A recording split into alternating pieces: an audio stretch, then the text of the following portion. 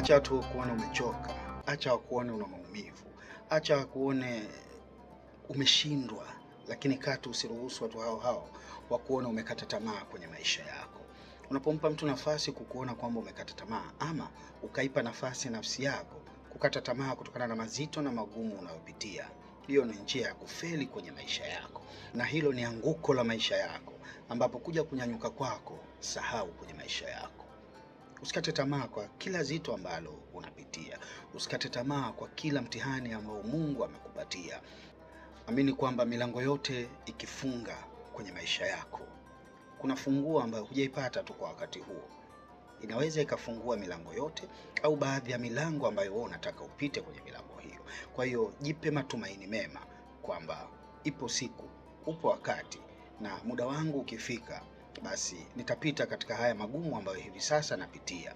Na ni muda mchache tu napitia katika hayo magumu.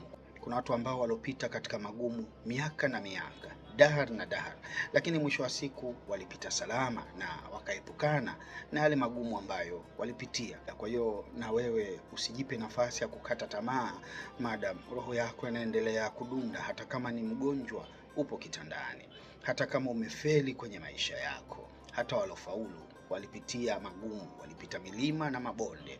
Hata kwa wewe ambaye unapitia manyanyaso na mateso, iwe kwenye ndoa, kwenye familia, kwenye jamii yako, sehemu ya kazi, elewa kwamba kuna wakati utapita salama, na hiyo itakuwa ni story kwenye maisha yako kwamba kuna magumu haya na haya nilipitia. Kuna watu mnatuona kwenye maisha yenu na mkaona kwamba fulani ana raha sana kwenye maisha yake, amefanikiwa sana, lakini elewa kwamba nyuma yake kuna magumu mengi sana na maumivu alipitia yule mtu mpaka akafika hapo. Kwa hiyo usikate tamaa kwenye maisha yako. Elewa kwamba wakati wa Mungu ndio wakati sahihi.